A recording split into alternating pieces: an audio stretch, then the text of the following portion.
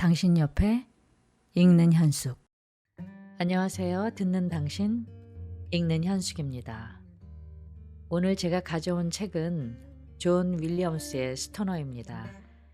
몇 년 전부터 많은 분들이 인생 소설이라는 찬사가 따라다니는 책이죠.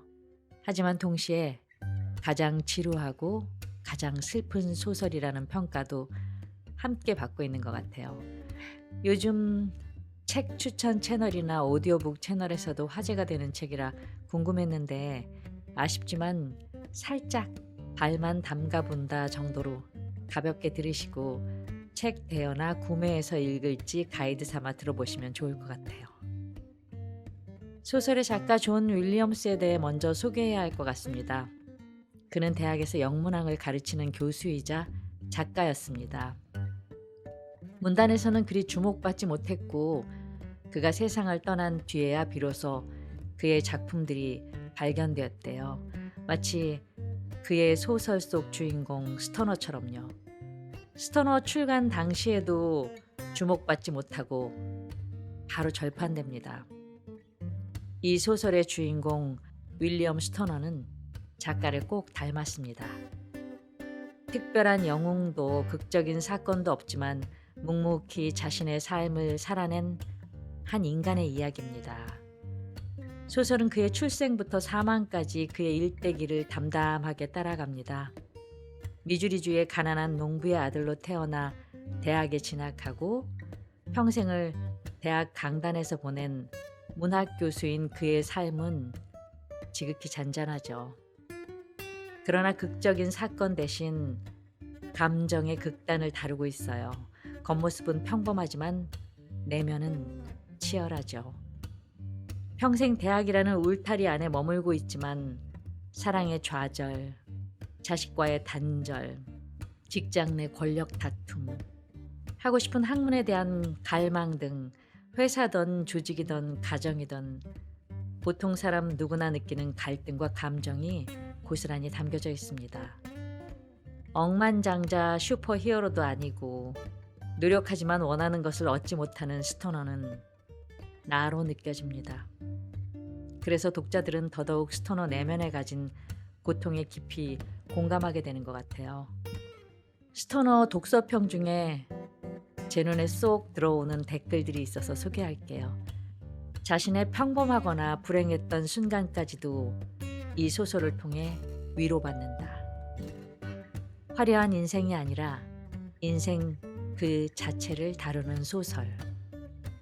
이런 생각이 들었습니다. 생각해보면 우리의 삶은 사실 보통의 하루들로 채워져 있구나. 영화 같은 큰 사건과 큰 행운이 일어나지 않는 보통의 삶이 헛되지 않음을 말해주는 소설 스토너. 오늘 당신의 보통의 하루에 스토너를 담아보실까요? 스토너. 윌리엄 스토너는 1910년 19의 나이로 미주리 대학에 입학했다.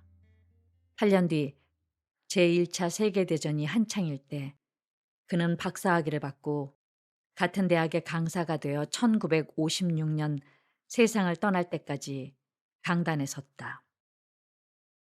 그는 조교수 이상 올라가지 못했으며 그의 강의를 들은 학생들 중에도 그를 조금이라도 선명하게 기억하는 사람은 거의 없었다. 그가 세상을 떠나자 동료들이 그를 추모하는 뜻에서 중세 문헌을 대학 도서관에 기증했다. 이 문헌은 지금도 희귀 서적관에 보관되어 있는데 명판에는 다음과 같이 적혀 있다. 영문과 교수 윌리엄 스토너를 추모하는 뜻에서 그의 동료들이 미주리 대학 도서관에 기증.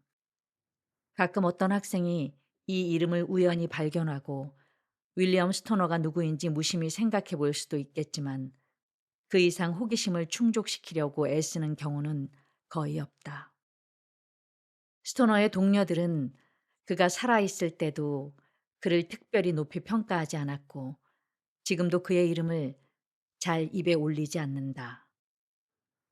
노장 교수들에게 스토너의 이름은 그들을 기다리는 종말을 일깨워주는 역할을 하고 젊은 교수들에게는 과거에 대해 아무것도 일깨워주지 않고 동질감을 느낄 구석도 전혀 없는 단순한 이름에 불과할 뿐이다.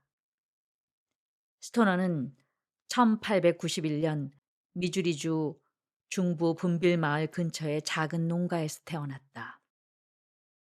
미주리 대학이 있는 컬럼비아에서 약 40마일 떨어진 곳이었다. 그가 태어났을 때 그의 부모는 젊은 나이였지만 어렸을 때부터 그에게 부모는 항상 늙은 사람이었다. 아버지는 30살 때 이미 50살처럼 보였다.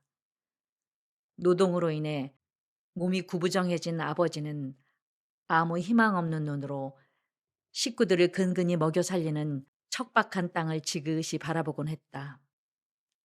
어머니는 삶을 인내했다. 마치 생애 전체가 반드시 참아내야 하는 긴 한순간에 불과하다고 생각하는 것 같았다. 어머니의 눈은 색이 연하고 흐릿했으며 뒤로 똑바로 빗어넘겨 틀어올린 가느다란 반백의 머리카락 때문에 눈 주위의 잔주름이 한층 도드라져 보였다. 윌리엄 스토너는 자신이 기억하는 아주 어린 시절부터 집안일을 거들어야 했다. 6살 때는 앙상하게 마른 암소들의 젖을 짜고 집에서 몇 야드 떨어진 우리로 가서 돼지들에게 먹이를 주고 껑충한 닭들이 낳은 작은 달걀을 가져오는 일을 맡았다. 집에서 8마일 떨어진 시골 학교에 입학한 뒤에도 그의 하루는 새벽부터 밤까지 이런저런 일들로 채워져 있었다. 이런 일들의 무게 때문에 그는 17살 때 이미 어깨가 구부정해지기 시작했다. 자식이라고는 윌리엄밖에 없어 쓸쓸한 분위기를 풍기는 집에서 식구들을 묶어주는 것은 힘겨운 농사일 뿐이었다. 저녁이 되면 세 식구는 등유 램프 한 개로 불을 밝힌 작은 부엌에 앉아 노란색 불꽃을 물끄러미 바라보고 있었다. 저녁 식사를 하고 나서 잠자리에 들기 전까지 대략 1시간 동안 들리는 소리라고는 대개 등받이가 높고 딱딱한 의자에서 식구 중 누군가가 지친 듯 몸을 움직이는 소리, 낡은 집 어딘가에서 목재가 작게 삐걱거리는 소리뿐이었다. 집은 대략 정사각형 모양이었으며 칠을 하지 않아 맨살이 드러난 포치와 출입문 주위의 목재들은 축 늘어져 있었다. 오랜 세월 동안 이 집은 마른 땅의 색깔을 닮아갔다. 그래서 회색과 갈색 바탕에 하얀색 줄무늬가 있는 것 같은 모양이 되었다. 집안 한편에는 길게 자리 잡은 거실과 부엌이 있었는데 거실의 가구라고는 딱딱한 의자들과 나무 토막을 잘라서 만든 탁자 몇 개가 전부였고 식구들은 함께하는 얼마 안 되는 시간 중 대부분을 부엌에서 보냈다. 그 맞은편에 있는 두 침실에는 각각 하얗게 색칠한 철제 침대, 딱딱한 의자 하나, 램프와 세숫대야가 놓여 있는 탁자 하나가 있었다. 칠을 하지 않은 바닥널은 간격이 고르지 않았고 낡아서 갈라진 틈새로 끊임없이 먼지가 새어 들어왔기 때문에 매일 스토너의 어머니가 비질을 했다. 스토너는 집에서 하는 허드렛 일보다 조금 덜 피곤한 허드렛 일을 하듯이 학교에서 공부를 했다. 1910년에 고등학교를 마쳤을 때 그는 자신이 밭일을 더 많이 맡게 될 것이라고 생각했다. 달이 갈수록 아버지가 점점 더 굼뜨고 약해지는 것 같았기 때문이다. 하지만 늦봄의 어느 날 저녁 아들과 함께 하루 종일 옥수수밭을 갈고 들어온 아버지가 부엌에서 아들에게 말을 꺼냈다. 이미 저녁 식탁은 치워진 뒤였다. 지난주에 군청에서 사람이 다녀갔다. 윌리엄은 둥그런 식탁 위에 매끈하게 펼쳐진 빨간색과 하얀색 체크무늬의 식탁보를 바라보다가 시선을 들었다. 하지만 말은 하지 않았다. 컬럼비아에 있는 대학교에 새로운 학교가 생겼다더구나. 농과 대학이라던가. 너를 거기에 보내라고 하더라. 4년이 걸린다면서. 4년. 윌리엄이 말했다. 돈이 드나요?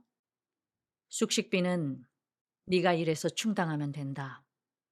아버지가 말했다. 네 어머니 사촌이 컬럼비아 바로 외곽에 살고 있으니까 책값이나 여기저기 드는 돈은 내가 한 달에 2, 3달러씩 보내줄 수 있다. 윌리엄은 식탁보 위에 양손을 펼쳤다. 식탁보가 램프 불빛을 받아 흐릿하게 빛났다. 그는 집에서 15마일 떨어진 분빌 너머로는 가본 적이 없었다. 목소리가 갈라질 것 같아서 그는 침을 꿀꺽 삼켰다. 아버지, 혼자 여기 일을 하실 수가 있어요? 그가 물었다. 네 어머니랑 둘이서 어떻게든 할 수 있을 거다. 저 위쪽에 밀을 심으면 일이 좀 줄어들겠지. 윌리엄은 어머니를 바라보았다. 어머니? 어머니가 단조로운 목소리로 말했다. 아버지 말씀대로 해라. 정말로 제가 가는 게 좋다고 생각하세요? 그가 물었다. 반쯤은 아니라는 대답을 바라는 듯한 말투였다. 정말로 그렇게 생각하세요? 아버지가 앉은 채 자세를 바꿨다. 그리고 못이 박힌 두툼한 손가락들을 바라보았다. 손가락에 갈라진 살갗 속에 흙이 어찌나 깊이 박혀 있는지 씻어도 깨끗해지지 않았다. 그는 양손을 깍지 끼고 기도하듯이 탁자에서 위로 들어 올렸다. 나는 평생 이렇다 할 만한 학교 교육을 받은 적이 없어. 그가 자신의 손을 바라보며 말했다. 6학년을 마친 뒤 농사일을 시작했지. 젊었을 때는 학교 교육을 대수롭지 않게 생각했으니까. 하지만 지금은 잘 모르겠다. 해가 갈수록 땅은 점점 건조해져서 농사 짓기가 힘들어지기만 하는 것 같다. 내가 어렸을 때처럼 땅이 기름지지 않아. 군청 사람 말로는 농사를 짓는 새로운 방법들이 있다더구나. 대학에서 그런 걸 가르친대. 어쩌면 정말 그런지도 모르지. 가끔 밭일을 하다가 드는 생각이 있는데 그가 잠시 말을 멈췄다. 깍지 낀 손가락에 점점 힘이 들어가더니 두 손이 식탁 위로 툭 떨어졌다. 무슨 생각이냐면 그는 자신의 손을 향해 험상궂은 표정을 짓더니 고개를 저었다. 돌아오는 가을에 대학에 들어가거라. 여긴 네 어머니랑 내가 알아서 할 테니. 아버지가 이렇게 길게 말한 적은 처음이었다. 그해 가을에 스토너는 컬럼비아로 가서 농과대학 1학년생으로 등록했다. 컬럼비아에 올 때 그는 시어스 앤 로복의 우편 카달로그를 보고 주문한 검은색 브로드 클로스 양복을 가져왔다.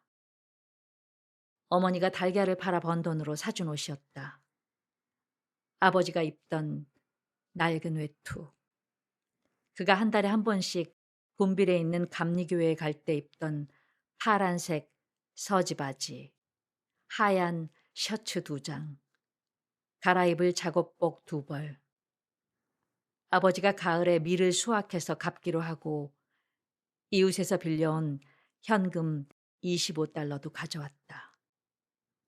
아침 일찍 아버지와 어머니가 농사를 지을 때 쓰는 노새가 끄는 집마차로 그를 분빌까지 데려다 주었고 그는 거기서부터 도보로 학교를 향해 출발했다. 가을이지만 아주 더운 날이었다. 분빌에서 컬럼비아까지 가는 길에는 흙먼지가 풀풀 날렸다. 그가 걷기 시작한 지 거의 1시간쯤 되었을 때 물건들을 실은 수레가 옆으로 다가오더니 마부가 수레에 타겠느냐고 물었다. 그는 고개를 끄덕이고는 수레에 올랐다. 서지 바지는 무릎까지 벌건 흙먼지로 뒤덮였고 햇빛과 바람에 갈색으로 그을린 얼굴에도 흙먼지가 두텁게 엉겨 있었다. 길에서 인 흙먼지에 땀이 섞인 탓이었다. 한참 동안 수레를 타고 가면서 그는 계속 어색하게 바지의 먼지를 쓸어내고 모래빛깔의 생머리를 손가락으로 빗어내렸다. 그런데도 머리카락은 머리통에 얌전히 붙어 있으려고 하질 않았다. 두 사람은 오후 늦게 컬럼비아에 도착했다. 마부는 도시 외곽에 스토너를 내려준 뒤 높게 자란 느릅나무의 그림자가 드리워진 건물들을 가리켰다. 저기가 대학일세. 자네가 다닐 학교가 바로 저기야. 마부가 떠나고 몇 분 동안 스토너는 꼼짝 않고 서서 건물들을 빤히 바라보았다. 이렇게 위풍당당한 광경은 지금껏 한 번도 본 적이 없었다. 널찍한 초록색 들판에 빨간 벽돌 건물들이 하늘을 향해 뻗어 있었다. 그리고 들판 곳곳에는 돌로 포장된 통행로와 작은 꽃밭이 있었다. 놀라움과 감탄 속에서 문득 한 번도 느껴보지 못한 안정감과 평온함이 느껴졌다. 늦은 시간이었지만 그는 오랫동안 캠퍼스 주위를 걸어 다녔다. 하지만 그곳에 들어갈 권리가 없다고 생각하는 사람처럼 그저 건물들을 보기만 할 따름이었다. 날이 거의 어두워진 뒤에야 그는 행인을 붙들고 애쉬랜드 그레벌로 가는 길을 물었다. 어머니의 사촌인 짐 푸트의 농장을 찾아가기 위해서였다. 그는 그곳에서 일을 하기로 되어 있었다. 그가 앞으로 살게 될 2층짜리 하얀 목조가옥에 도착한 것은 날이 어두워진 뒤였다. 푸트 일가와는 한 번도 만난 적이 없었으므로 이렇게 늦은 시간에 그들을 만나게 된 것이 불편했다. 푸트 일가는 가볍게 고개를 끄덕하며 그에게 인사를 건네고는 그를 샅샅이 훑어보았다. 그렇게 잠시 스토너를 문간에 어색하게 세워둔 뒤 짐 푸트가 그에게 손짓하며 작고 어둠침침한 거실로 들어오라고 했다. 거실에는 지나치게 속을 채워넣은 가구들이 가득하고 흐릿하게 반짝이는 탁자들 위에는 장식품들이 북적거렸다. 스토너는 의자에 앉지 않았다. 저녁 식사는? 푸트가 물었다. 안 먹었습니다. 스토너가 대답했다. 푸트 부인이 집게 손가락을 구부려 그에게 따라오라고 손짓하더니 타박타박 발소리를 내며 나갔다. 스토너는 그녀의 뒤를 따라 여러 개의 방을 통과해서 부엌으로 들어갔다. 푸트 부인이 그에게 식탁을 가리켰다. 그러고는 우유병과 차가운 옥수수빵 여러 쪽을 앞에 놓아주었다. 그는 우유를 한 모금 마셨지만 마음이 들뜬 탓에 입이 바짝 말라서 빵을 먹을 수 없었다. 푸트가 부엌으로 들어와 아내와 나란히 섰다. 몸집이 작아서 키가 5피트 3인치, 약 160cm를 넘지 않을 듯 했고 얼굴은 갸름했으며 콧날이 날카로웠다. 아내는 그보다 키가 4인치, 약 10cm는 더 크고 몸집도 있었다.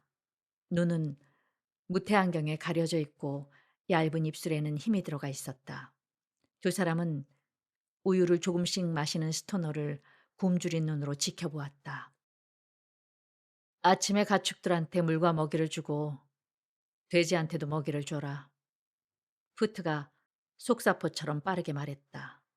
스토너는 멍한 표정으로 그를 바라보았다. 네? 그게 네가 아침에 할 일이야. 푸트가 말했다. 학교 가기 전에 할 일. 저녁에는 가축들에게 먹이를 주고 달걀을 가져오고 소젖을 짜라. 시간이 나면 장작도 패고. 주말에는 내가 무슨 일을 하든 날 도와야 한다. 네, 스토너가 말했다. 부트는 잠시 그를 유심히 살펴보았다. 대학이라니. 그는 이렇게 말하면서 고개를 절레절레 저었다.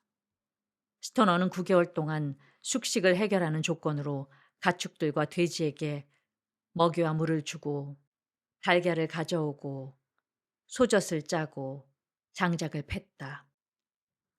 그 밖에 밭도 갈고 그루터기도 파냈으며 푸트 부인이 버터를 만들 때는 우유를 젓는 일도 했다. 목재 교육이가 우유 속에서 첨벙첨벙 오르락내리락 하는 동안 푸트 부인은 엄격한 표정으로 마음에 든다는 듯 고개를 주걱거리며 그를 지켜보았다. 그에게 배정된 2층 방은 예전에 창고로 쓰던 곳이었다.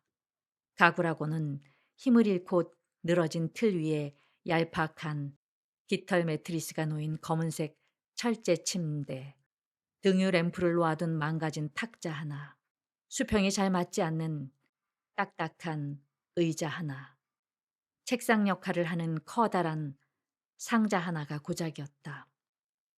겨울에는 바닥을 통해 조금씩 올라오는 아래층의 온기가 전부라서 그는 해진 퀼트 이불과 담요로 몸을 감싸고 자칫 책장이 찢어지지 않게 고분 손을 후후 불어가며 책장을 넘겼다.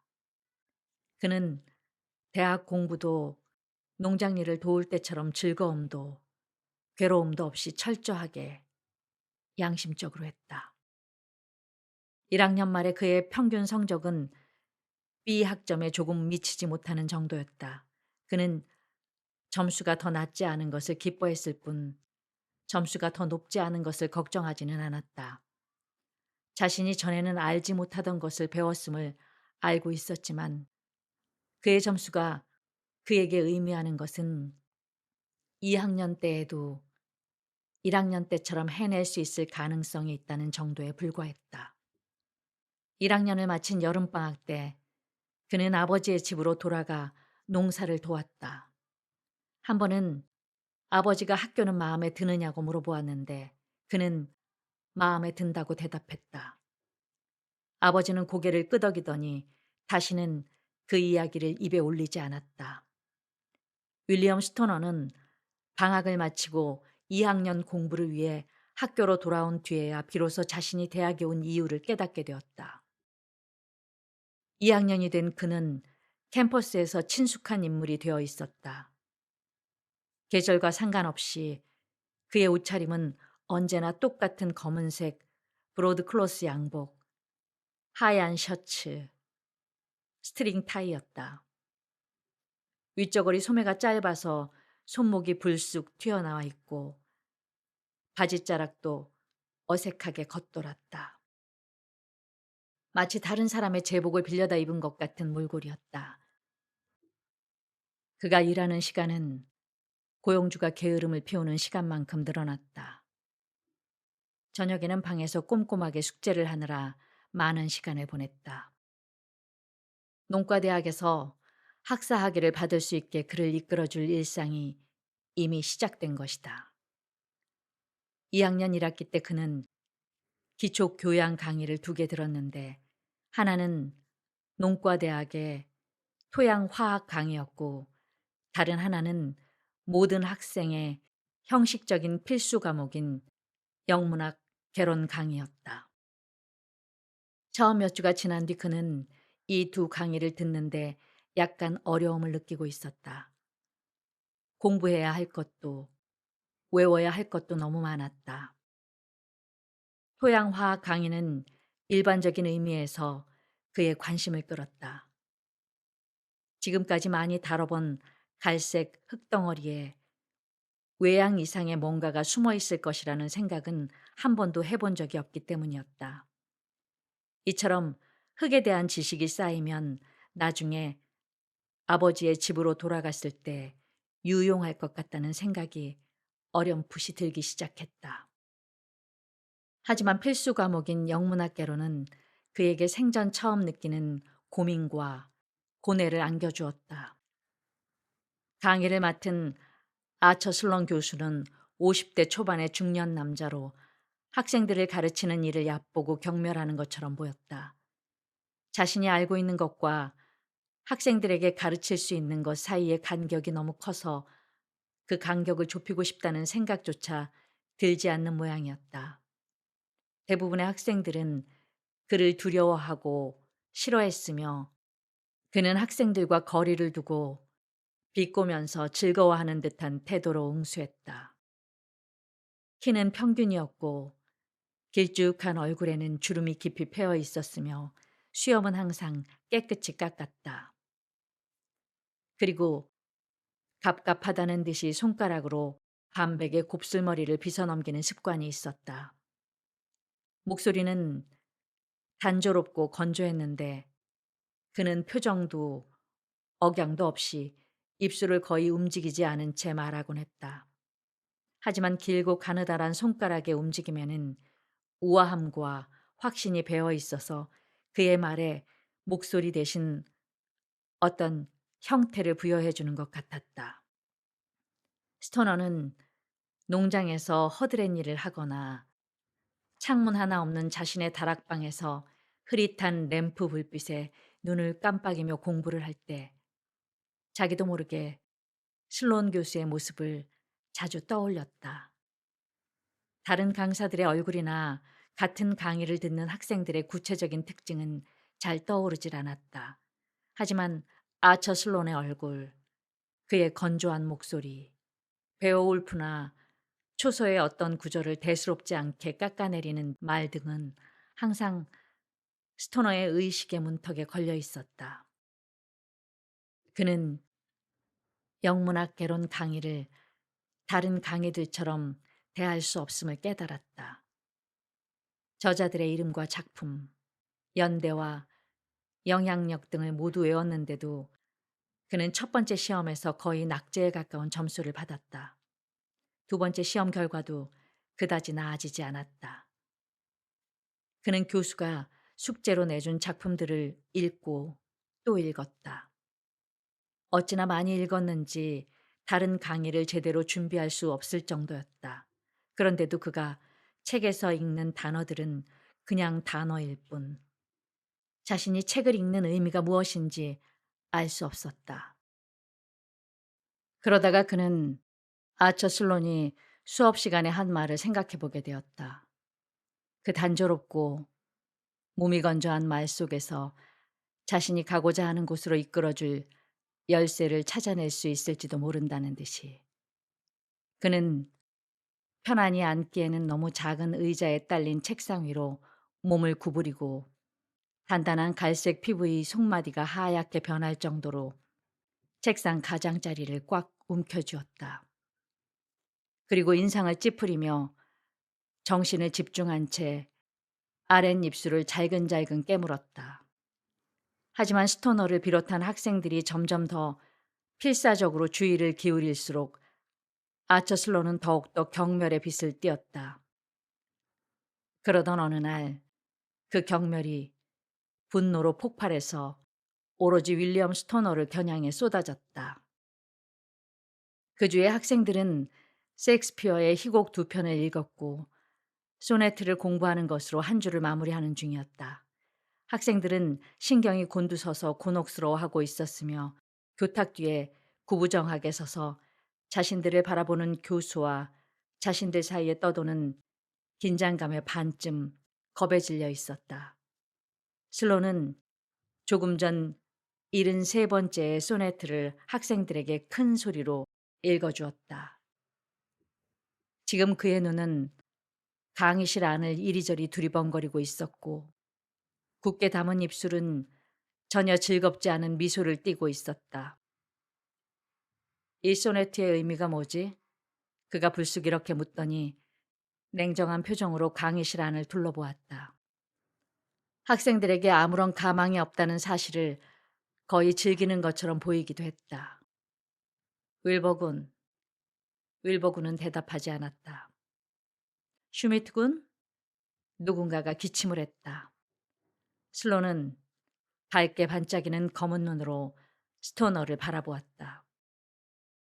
스토너군, 이 소네트의 의미가 뭐지? 스토너는 침을 꿀꺽 삼키고 입을 열려고 노력했다. 이것은 소네트야. 스토너군, 슬론이 건조한 목소리로 말했다. 14행으로 이루어진 시라는 얘기지. 이런 시의 양식은 틀림없이 자네도 이미 외우고 있을 것이라고 확신하네. 이 시는 영어로 되어 있는데 이건 자네가 오랫동안 사용해온 언어지. 저자는 윌리엄 셰익스피어. 이미 세상을 떠났는데도 몇몇 사람의 머릿속에서 여전히 중요한 위치를 차지하고 있는 시인일세. 그는 잠시 스토너를 바라보다가 무심하게 변해버린 눈으로 학생들 너머의 어딘가에 막연히 시선을 고정시켰다. 그리고 책을 보지 않은 채 다시 시를 읊었다. 단어들을 구성하는 소리와 시의 리듬이 한순간이나마 그 자신이 되기라도 한 것처럼 그의 목소리가 깊고 부드러워졌다. 그대 내게서 계절을 보리. 추위에 떠는 나뭇가지에 노란 이파리들이 몇 잎 또는 하나도 없는 계절. 얼마 전 예쁜 새들이 노래했으나 살풍경한 폐허가 된 성가대석을 내게서 그대 그날의 황혼을 보리. 석양이 서쪽에서 희미해졌을 때처럼 머지않아 암흑의 밤이 가져갈 황혼. 모든 것을 안식에 봉인하는 죽음의 두 번째 자아. 그 암흑의 밤이 닥쳐올 황혼을 내게서 그대 그렇게 타는 불꽃의 빛을 보리. 양분이 되었던 것과 함께 소진되어 반드시 목숨을 다해야 할 죽음의 침상처럼 젊음이 타고 남은 재 위에 놓인 불꽃. 그대 이것을 알아차리면 그대의 사랑이 더욱 강해져 머지않아 떠나야 하는 것을 잘 사랑하리. 이어진 침묵의 순간에 누군가가 헛기침을 했다. 슬로는 이 시를 다시 읊었다. 이번에는 그의 목소리가 평소처럼 단조롭게 변했다. 그대 이것을 알아차리면 그대의 사랑이 더욱 강해져 머지않아 떠나야 하는 것을 잘 사랑하리. 슬론의 시선이 윌리엄 스토너에게 되돌아왔다. 그가 건조한 목소리로 말했다. 셰익스피어가 300년의 세월을 건너뛰어 자네에게 말을 걸고 있네. 스토너군. 그의 목소리가 들리나? 윌리엄 스토너는 자신이 한참 동안 숨을 멈추고 있었음을 깨달았다. 그는 부드럽게 숨을 내쉬면서 허파에서 숨이 빠져나갈 때마다 옷이 움직이는 것을 세심하게 인식했다. 그는 슬론에게서 시선을 떼어 강의실 안을 둘러보았다. 창문으로 비스듬히 들어온 햇빛이 동료 학생들의 얼굴에 안착해서 마치 그들의 안에서 나온 빛이 어둠에 맞서 퍼져나가는 것처럼 보였다. 한 학생이 눈을 깜빡이자 가느다란 그림자 하나가 뺨에 내려앉았다. 햇빛이 뺨의 솜털에 붙들려 있었다. 스토너는 책상을 꽉 붙들고 있던 손가락에서 힘이 빠지는 것을 느꼈다. 그는 손을 이리저리 돌려보며 그 갈색 피부에 감탄하고 뭉툭한 손끝에 꼭 맞게 손톱을 만들어준 그 복잡한 메커니즘에 감탄했다.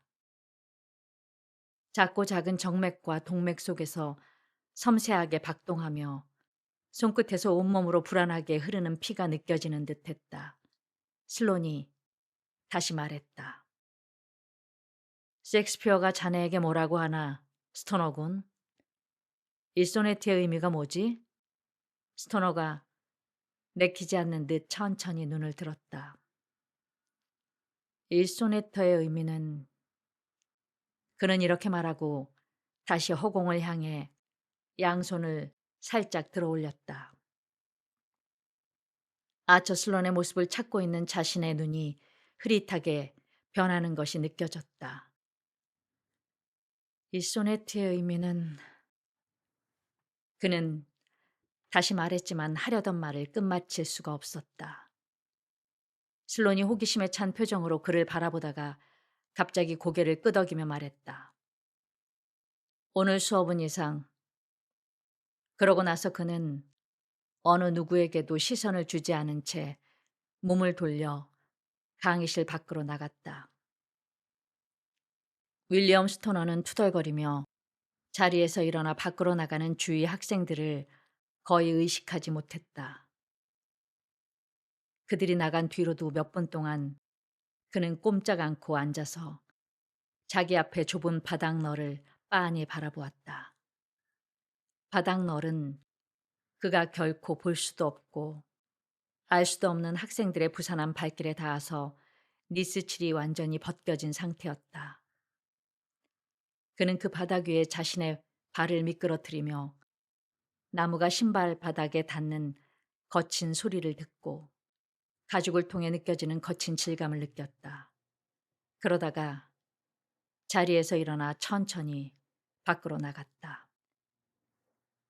늦가을의 쌀쌀함이 그의 옷 속을 파고들었다. 주위를 둘러보자 창백한 하늘 아래 둥글게 말리거나 비틀려 있는 나무들의 벌거벗은 가지가 보였다.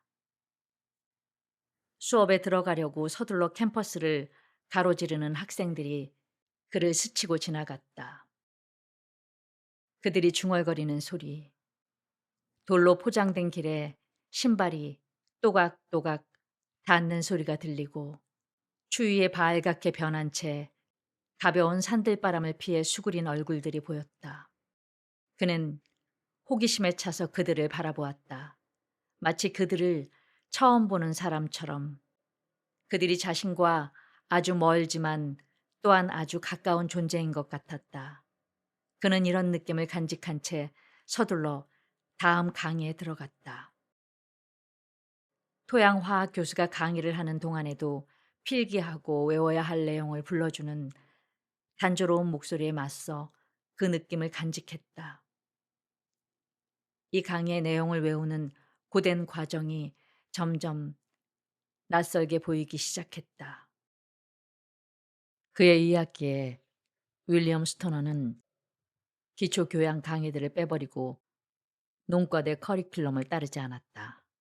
대신 철학과 고대 역사의 기초 강의 1개씩과 영문학 강의 2개를 들었다. 여름에 그는 다시 부모님 집으로 돌아가 아버지의 도와 농사일을 했지만 대학에서 어떤 공부를 하는지는 말하지 않았다. 나중에 훨씬 더 나이를 먹은 뒤에 그는 학부의 마지막 2해를 되돌아보며 마치 다른 사람의 기억을 돌아보듯 까마득한 기분이 들었다. 그때의 시간은 익숙하게 흐르지 않고 발작처럼 뚝뚝 끊겨 있었다. 순간과 순간이 나란히 놓인 것 같으면서도 서로 소외되어 있어서 그는 자신이 시간과 동떨어진 곳에서 고르지 못한 속도로 돌아가는 커다란 디오라마를 보듯이 시간의 흐름을 지켜보고 있는 것 같았다. 그가 자신을 의식하는 방식도 완전히 달라졌다.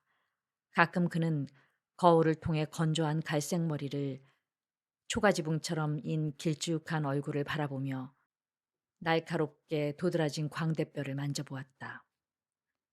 겉옷 소매 밖으로 몇 인치나 삐쭉 튀어나온 가느다란 손목도 보았다. 다른 사람들의 눈에도 자신이 이렇게 바보 같아 보이는지 궁금했다. 그에게는 장래 계획이 전혀 없었다. 하지만 누구에게도 자신의 불안에 대해 말하지 않았다. 그는 계속 푸트 농장에서 일하며 숙식을 해결했지만 1, 2학년 때처럼 늦게까지 일하지는 않았다. 그는 매일 오후 3시간 그리고 주말에는 한나절 동안 짐 푸트와 서리나 푸트가 원하는 대로 해주었다. 그리고 나머지 시간은 온전히 자기 것으로 삼았다. 자기만의 시간 중 일부는 푸트의 집 꼭대기에 있는 자신의 작은 다락방에서 보냈다. 하지만 수업과 푸트의 일이 모두 끝난 뒤에는 최대한 자주 학교로 되돌아갔다. 가끔 저녁에 긴 사각형 모양의 캠퍼스 안뜰을 거닐 때도 있었다. 주위에서는 연인들이 서로에게 부드럽게 속삭이며 안뜰을 거닐었다. 그는 그들과 전혀 모르는 사이였고 그들에게 말을 거는 일도 없었지만 그들에게 친밀감을 느꼈다. 때로는 안뜰 한복판에 서서 밤이 내려앉은 서늘한 잔디밭에서 불쑥 솟아오른 제시 홀 앞의 거대한 5기둥을 바라보기도 했다. 그는 이 기둥들이 원래 대학의 주요 건물이었던 곳의 잔해임을 알고 있었다. 그 건물은 오래전 화재로 무너졌다. 달빛 속에서 알몸을 드러낸 채 회색을 띤 은빛으로 빛나는 그 순수한 기둥들은 신전이 신을 상징하듯 스토너 자신이 받아들인 삶의 방식을 상징하는 것 같았다. 그는 대학 도서관의 서가들 속에서 수천 권의 책들 사이를 돌아다니며 가죽, 천, 종이로 된 책들의 퀴퀴한 냄새들을 들이마시기도 했다. 마치 이국적인 향 냄새를 들이마시는 것 같았다. 그러나 때때로 걸음을 멈추고 책 한 권 꺼내서 커다란 손에 잠시 들고 있었다.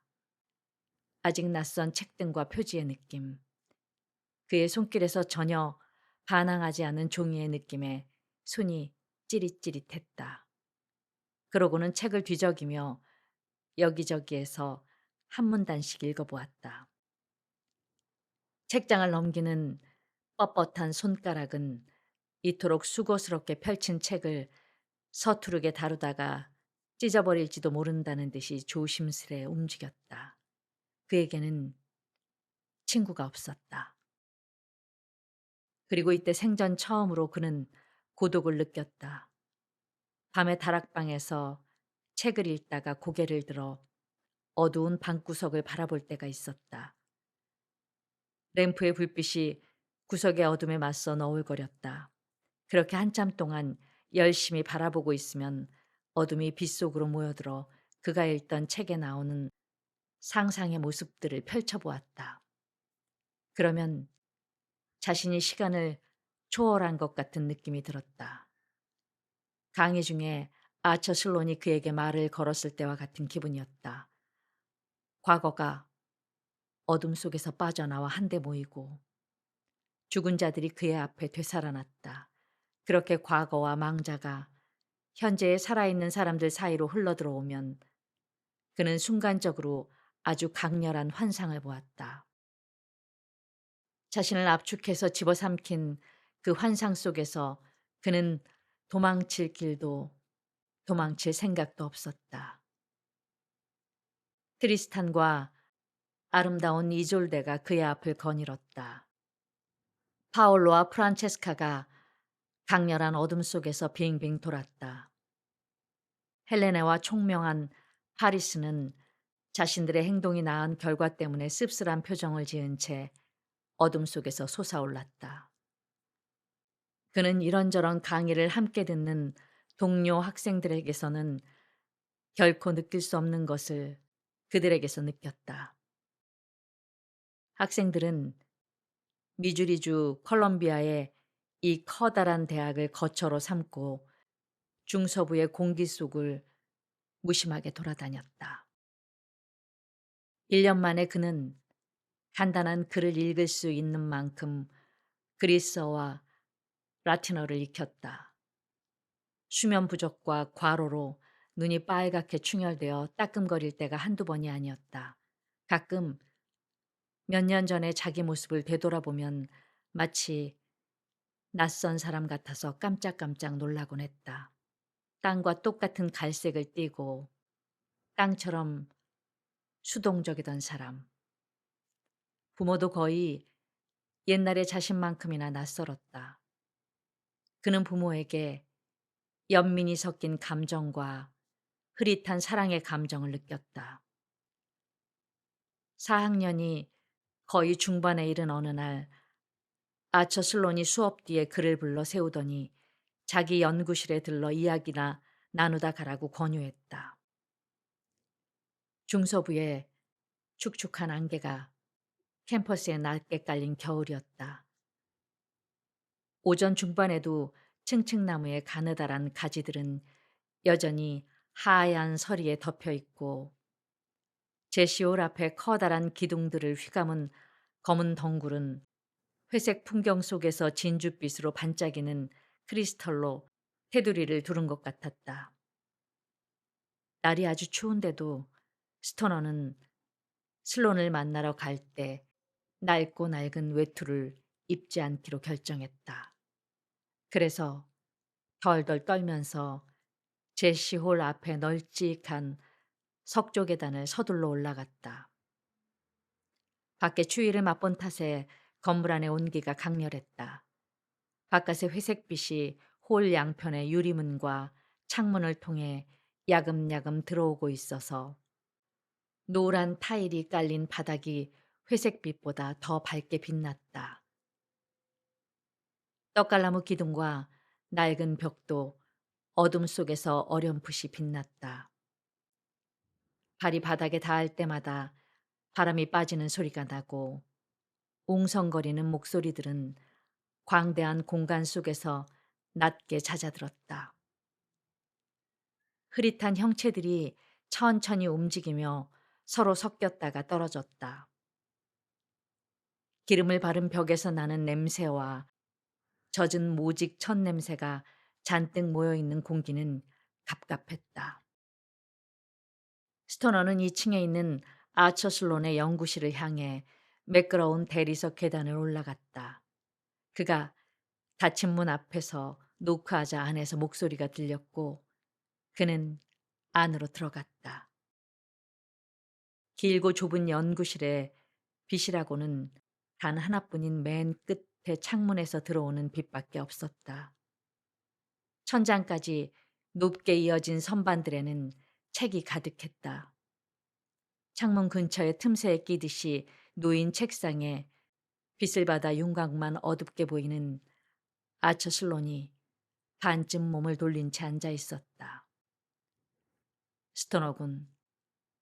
그가 건조한 목소리로 말하며 반쯤 일어서서 자기 앞에 가죽 의자를 가리켰다. 스토너는 의자에 앉았다. 자네의 성적을 쭉 살펴보았네. 슬로는 말을 끊고 책상에 놓여있던 서류철을 들어 올리더니 냉정하고 얄궂은 표정으로 그것을 바라보았다. 내가 멋대로 기록을 들춘 것에 기분이 상하지 않았으면 좋겠군. 스토너는 입술을 적시며 앉은 자세를 바꿨다. 그리고 어떻게든 커다란 양손을 겹쳐 눈에 띄지 않게 하려고 했다. 아니요, 괜찮습니다. 그가 갈라진 목소리로 말했다. 슬로는 고개를 끄덕였다. 다행이군. 기록에는 자네가 원래 농과대생으로 입학했는데 2학년 때 문학 쪽으로 방향을 바꾼 것으로 되어 있네. 맞나? 맞습니다. 스토너가 말했다. 슬로는 의자에 등을 기대고 높은 곳에 위치한 작은 창문으로 들어온 사각형 모양의 빛을 지그시 올려다보았다. 그리고 손가락 끝을 톡톡 마주치며 자기 앞에 뻣뻣하게 앉아있는 청년에게 다시 시선을 돌렸다. 내가 자네를 만나자고 한 공식적인 이유는 자네에게 처음에 학과를 버리고 다른 학과를 선택하겠다는 의도를 밝히고 정식으로 수속을 밟아야 한다고 알려주는 것일세. 학생과에 가면 대략 5분 만에 처리될 일이지. 자네가 알아서 처리하게. 알았나? 알겠습니다. 스토너가 말했다. 하지만 자네도 짐작했다시피 내가 자네들어 여기에 들르라고 한 진짜 이유는 그것이 아니야. 내가 자네에게 장래 계획을 좀 더 자세히 물어봐도 괜찮겠나? 괜찮습니다, 교수님. 스토너가 말했다. 그는 거의 뒤틀릴 정도로 단단히 모아진 자신의 양손을 바라보았다. 슬로는 아까 책상 위에 다시 놓아둔 서류철에 손을 댔다. 대학에 입학했을 때 자네 나이가 평범한 학생들보다 조금 많았던 것 같은데 거의 20살이었지 아마? 네, 교수님. 스토너가 말했다. 그리고 당시 자네의 계획은 농과대학의 강의를 듣는 거였고. 네, 교수님. 슬로는 의자에 등을 기대고 높고 어둑한 천장을 바라보았다. 그러더니 불쑥 질문을 던졌다. 그럼 지금은 어떤 계획을 갖고 있나? 스토너는 침묵했다. 이것은 그가 생각해 본 적도 없고 생각하고 싶지도 않던 문제였다. 마침내 그가 약간 분개한 표정으로 입을 열었다. 모르겠습니다. 별로 생각해 보지 않았습니다. 슬론이 말했다. 자네는 이 폐쇄된 공간에서 이른바 세상이라는 곳으로 나아가는 날을 고대하고 있나? 스토너는 당혹스러워하면서 희죽 웃었다. 아닙니다, 교수님. 슬론이 책상 위에 서류철을 톡톡 두드렸다. 이 기록을 보면 자네는 농촌 출신이야. 그럼 부모님도 농사를 지으시겠군. 스토너는 고개를 끄덕였다. 그럼 자네는 여기서 학위를 받은 뒤 집으로 돌아갈 생각인가? 아닙니다, 선생님. 스토너가 말했다. 그 단호한 목소리에 스토너 자신도 깜짝 놀랐다. 자신이 갑자기 그런 결정을 내렸다는 사실이 놀라웠다. 슬론이 고개를 끄덕였다. 진지한 문학도라면 자신의 지식이 흙을 다루는데 딱히 적절하지 않다고 생각할 수도 있겠지. 저는 돌아가지 않을 겁니다. 스토너가 슬론의 말을 듣지 못한 사람처럼 말했다. 하지만 정확히 무엇을 하게 될지는 잘 모르겠습니다. 그는 자신의 손을 바라보며 그 손을 향해 말했다. 대학 과정이 이렇게 빨리 끝나서 올해 말이면 학교를 떠나게 되리라고는 미처 생각하지 못했습니다. 슬론이 무심하게 말했다. 물론 자네가 반드시 이곳을 떠나야 할 필요는 없네. 자네한테는 아직 혼자서 살아갈 수단이 없는 것 같은데. 스토너는 고개를 끄덕였다. 자네의 학부 성적은 아주 뛰어나네. 다만 그가 눈썹을 치트며 빙긋 웃었다. 다만 2학년 때의 영문학 개론 강의만 빼고 나머지 영문학 강의에서는 모두 A학점을 받았지. 어디서도 B학점 이하의 점수를 찾아볼 수 없네. 졸업 후 1년 정도만 버틸 수 있다면 자네는 틀림없이 성공적으로 석사 과정을 마칠 수 있을 거야. 그러고 나면 10중 8구 강의를 하면서 박사 과정을 밟을 수 있겠지. 자네가 관심을 갖고 있다면 그렇다는 말이지만. 스토너는 뒤로 물러났다. 무슨 말씀이십니까? 이렇게 묻는 그의 목소리에 두려움 같은 것이 배어 있었다. 슬로는 앞으로 몸을 기울여 얼굴을 가까이 들이댔다. 스토너는 길고 갸름한 슬론의 얼굴에 난 주름들이 조금 엷어지고 상대를 조롱하는 듯한 건조한 목소리가 부드럽고 무방비하게 변하는 것을 알 수 있었다. 모르겠나, 스토너군? 슬론이 물었다. 아직도 자신을 모르겠어? 자네는 교육자가 될 사람일세. 갑자기 슬론이 아주 멀게 보였다. 연구실의 벽들도 뒤로 물러난 것 같았다. 스토너는 자신이 허공에 떠 있는 것 같은 기분이 들었다. 질문을 던지는 자신의 목소리가 들렸다. 정말이십니까? 정말이지. 슬론이 부드럽게 말했다. 그런 걸 어떻게 아시죠? 어떻게 확신하십니까? 이건 사랑일세, 스토너군. 슬론이 유쾌한 표정으로 말했다. 자네는 사랑에 빠졌어. 아주 간단한 이유지. 그렇게 간단한 일이라니. 그는 자신이 슬론을 향해 고개를 끄덕이며 뭔가 앞뒤가 맞지 않는 이야기를 하는 것을 인식했다. 그러고는 일어나서 연구실을 나왔다. 입술이 근질거리고 손끝에는 감각이 없었다. 그는 잠든 사람처럼 몽롱한 기분으로 복도를 걸었지만 주위의 것들을 똑똑히 인식하고 있었다.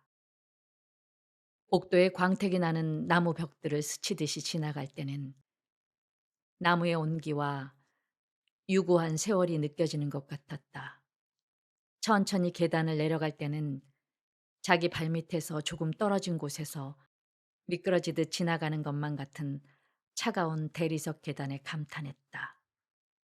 홀에서는 작게 웅성거리는 소리들 속에서 학생들 각자의 목소리가 또렷하게 구분되고 그들의 얼굴이 친밀하면서 동시에 낯설게 느껴졌다.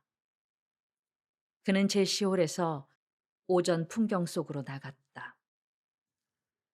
이제는 캠퍼스가 회색 풍경에 짓눌려 있는 것처럼 보이지 않았다. 캠퍼스가 그의 시선 밖으로 위로 이끌어 하늘을 향하게 했다. 그는 아직 이름을 알 수 없는 가능성을 바라보듯이 하늘을 바라보았다. 1914년 6월 첫째 주에 윌리엄 스토너는 60명의 청년들 및 소수의 젊은 숙녀들과 함께 미주리 대학에서 문학사 학위를 받았다.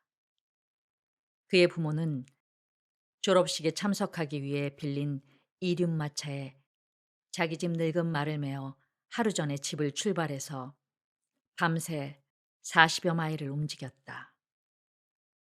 그 덕분에 그들은 잠을 자지 못해 뻣뻣해진 몸으로 동이 튼 직후에 푸트의 집에 도착했다. 스토너는 마당으로 내려가 부모를 맞았다. 두 사람은 상쾌한 아침에 햇빛을 받으며 나란히 서서 그가 다가오기를 기다리고 있었다. 스토너는 아버지와 손을 맞잡고 딱 한 번 재빨리 흔들었을 뿐 시선을 마주치지는 않았다. 잘 있었니? 아버지가 말했다. 어머니는 고개를 끄덕였다. 네 졸업식을 보려고 아버지랑 같이 왔다. 스토너는 잠시 가만히 있다가 입을 열었다. 안으로 들어가서 아침 식사를 좀 하시죠. 부엌에는 그들 세 식구뿐이었다. 스토너가 온 뒤로 푸트 일가는 늦잠을 자는 버릇이 생겼다. 스토너는 부모가 식사를 하기 전에도 식사를 마친 뒤에도 자신의 계획이 바뀌었음을, 그래서 집으로 돌아가지 않기로 했음을 차마 말할 수가 없었다. 한두 번 말하려고 해보았지만 새 옷을 입은 부모의 적나라한 갈색 얼굴을 보니 두 사람이 여기까지 먼 길을 온 것과 그가 돌아오기를 기다리며 보낸 그간의 세월이 생각나서 말하지 못했다. 그는 부모가 커피를 다 마실 때까지, 푸트 일가가 잠에서 깨어 부엌으로 들어올 때까지 뻣뻣하게 앉아 있었다. 그러고는 학교에 일찍 가보아야 한다면서 이따가 졸업식 때 보자고 말했다. 그는 검은 가운과 학사모를 들고 캠퍼스 여기저기를 돌아다녔다. 무겁고 성가신 짐이었지만 가운과 학사모를 놓아둘 곳이 없었다. 그는 부모에게 반드시 해야 하는 이야기를 생각하다가 자신의 결정을 이미 돌이킬 수 없음을 처음으로 깨달았다. 이 결정을 물을 수 있으면 좋겠다는 생각이 슬그머니 들었다. 경솔하게 선택한 목표에 도달하기에는 자신의 역량이 부족하다는 생각도 들고 자신이 버린 세계가 매력적으로 느껴지기도 했다. 그는 자신과 부모가 잃어버린 것을 슬퍼했다. 하지만 그러면서도 자신이 그 세계에서 점점 멀어지는 것을 느꼈다. 그는 졸업식 내내 이런 상실감을 느꼈다. 이름이 불리자 그는 연단을 가로질러 걸어가서 연한 회색 턱수염 때문에 얼굴이 잘 보이지 않는 남자에게서 두루마리를 받았다. 자신이 이 자리에 있다는 사실을 믿을 수가 없었다. 손에 쥔 두루마리에는 아무런 의미가 없었다. 생각나는 것이라고는 수많은 사람들 속에 뻣뻣하고 불편하게 앉아있는 아버지와 어머니뿐이었다. 식이 끝난 뒤 그는 부모와 함께 푸트의 집으로 갔다. 그곳에서 하룻밤을 보낸 뒤 다음 날 새벽에 집으로 돌아가는 것이 원래의 예정이었다. 모두들 푸트의 거실에 늦게까지 앉아 있었다. 짐 푸트와 서리나 푸트도 한동안 그들과 자리를 함께했다. 짐과 스토너의 어머니는 가끔 친척들의 이름을 들먹이다가 침묵에 빠지곤 했다. 아버지는 양다리를 넓게 벌리고 몸을 살짝 수그린 자세로 딱딱한 의자에 앉아 널찍한 양손으로 무릎을 움켜쥐고 있었다. 마침내 푸트 부부가 서로 눈을 맞추더니 하품을 하며 시간이 많이 늦었다고 말하고는 침실로 들어갔다. 이제 세 식구만 남아 있었다. 또 침묵이 흘렀다. 부모는 자기들의 그림자를 똑바로 바라보다가 가끔 아들을 곁눈질했다. 마치 새로운 세계를 확보한 아들을 방해하지 않으려는 것 같았다. 몇 분이 흐른 뒤 윌리엄 스토너가 몸을 앞으로 기울이며 입을 열었다. 목소리가 생각보다 더 크고 강하게 나왔다. 더 빨리 말씀드려야 했는데, 지난 여름이나 오늘 아침에라도 말씀드려야 했는데, 램프의 불빛 속에서 부모의 얼굴이 흐릿하고 무표정하게 보였다. 제가 드리고 싶은 말씀은 두 분과 함께 집으로 돌아가지 않겠다는 겁니다. 모두 꼼짝도 하지 않았다. 아버지가 말했다. 여기에 아직 끝내지 못한 일이 남아있다면 우리만 먼저 아침에 출발할 테니 너는 며칠 뒤에 집으로 오너라. 스토너는 손바닥으로 얼굴을 문질렀다. 그런 뜻이 아니에요. 제 말은 아예 집으로 돌아가지 않겠다는 겁니다. 무릎을 쥔 아버지의 손에 힘이 들어가더니 아버지가 의자 깊숙이 몸을 물렸다. 혹시 무슨 문제라도 생긴 거냐?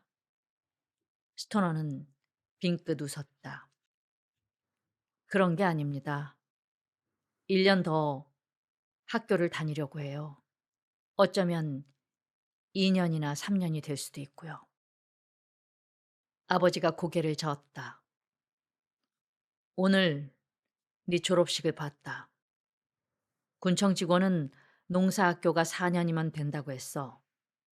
스토너는 자신이 무엇을 할 생각인지 아버지에게 설명하려고 애썼다. 자신이 중요한 목표라고 판단한 것이 옳다는 감정을 스스로 불러일으키려고 애썼다. 그는 다른 사람의 말을 듣듯이 자신의 말에 귀를 기울이며 아버지의 표정을 지켜보았다. 아버지는 거듭된 주먹질을 받아들이는 돌덩이처럼 그의 말을 받아들였다. 이야기를 끝낸 뒤 그는 깍지 낀 양손 무릎 사이에 끼우고 고개를 수그렸다. 그리고 침묵에 귀를 기울였다. 마침내 아버지가 의자에 앉은 채 몸을 움직였다. 스토너는 고개를 들었다. 부모의 얼굴이 바로 앞에 있었다. 그는 하마터면 비명을 지를 뻔한 것을 겨우 참았다. 나는 모르겠다. 아버지가 말했다. 지치고 갈라진 목소리였다. 일이 이렇게 될 줄이야. 널 이곳에 보내는 것이 나로서는 널 위하는 최선의 길이라고 생각했는데 네 어머니랑 나는 언제나 너를 위해 최선을 다했다.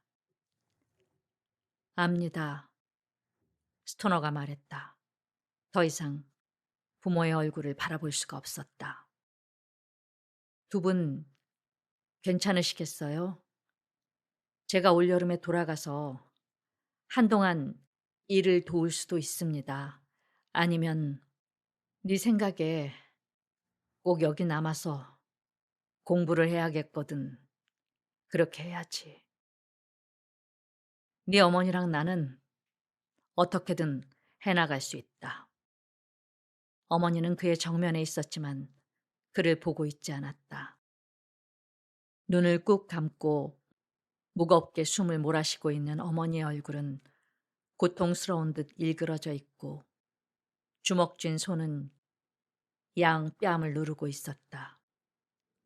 스토너는 어머니가 소리 없이 마음 깊이 울고 있음을 깨달았다. 좀처럼 울지 않는 사람이라 어색해하면서 부끄러워하고 있었다. 스토너는 어머니를 조금 더 지켜보다가 무겁게 일어서서 거실을 벗어났다. 좁은 계단을 통해 자신의 다락방으로 올라간 그는 침대에 누워 어두운 허공을 뜬 눈으로 한참 동안 바라보았다.